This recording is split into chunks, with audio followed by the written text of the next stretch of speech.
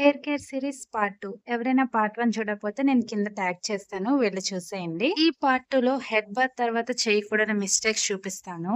చాలా మంది head bath చేసిన తర్వాత అది జుట్టు అనుకుంటారో లేదో బట్టలు అనుకుంటారో గానీ బట్టల్ని బండకేసి బాదినట్టు జుట్టుని టవల్‌తో అలా బాదుతారు. అలా అయితే అస్సలు చేయకండి. అలా చేసినట్లయితే మీకు ఎయిర్ ఫాల్ ఇంకా ఎక్కువవుతుంది. మీరు ఎప్పుడైనా హెడ్ బాత్ చేసిన తర్వాత టవల్‌తో జస్ట్ డ్యాబ్ చేస్తూ రబ్ చేసుకోండి. అలా అయితే మీకు ఎయిర్ ఫాల్ తక్కువగా ఉంటుంది. అండ్ వన్ మోర్ థింగ్, చాలా మంది టవల్స్ వల్ల కూడా ఎయిర్ ఫాల్ ఉంటుంది. అదే ఫైబర్ టవల్స్ యూజ్ చేస్తే ఎయిర్ ఫాల్ తక్కువ అవుతుంది అనేసి విన్నాను. నాకైతే ఏం తెలీదు. నేను చిన్నప్పటి నుంచి ఈ టవలే యూజ్ చేస్తాను. అంటే ఇలాంటి టవల్సే యూజ్ చేస్తున్నాను. నాకైతే ఏం తెలీదు.